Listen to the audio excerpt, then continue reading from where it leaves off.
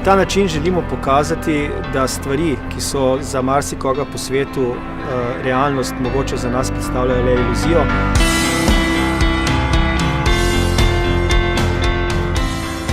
Danes živimo v svetu velikih razlik. Nekateri otroci za darilo med prazniki dobijo veliko daril, celo preveč, nekateri pa si želijo naprimer samo, da bi objeli svojo mamo in lahko šli v šolo, pa niti tega ne morejo dobiti. Si upate stopiti v kožo 11-letnega Kevina iz Madagaskarja, ki je v svoji vasi pomagal zgraditi učilnice? Približati se sutim nepalskim domovom. Iti po poti beguncev, ki ti dobesedno vzame orientacijo in obrne svet na glavo. Približa vam dom dobro leto stare Hope iz Zambije, ki je naš in zdaj še praznični svet nedosegljiv.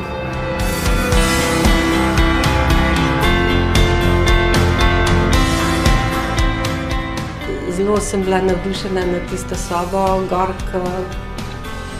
ko so jo spremenili v neko bivališče nekega človeka v državah tretjega sveta in potem tista realnost, kako pa mi praznujemo novo leto.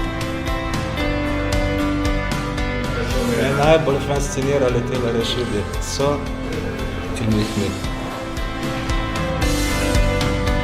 Virtualna izkušnja me je zato presenetila, ker še nikoli nisem česa takega poskusila. In me je presenetilo to, da je bilo dejansko posnetek vse okoli mene in se potem zares počutil, kot da bi bil znotraj te scene. Ne?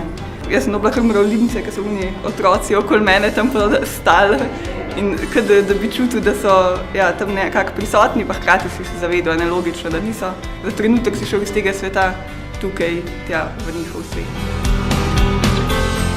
Nisem vedel, da je bil Albert Einstein begunec. Mislim, tako najbolj me je šokiralo tisto, kar je bil en tak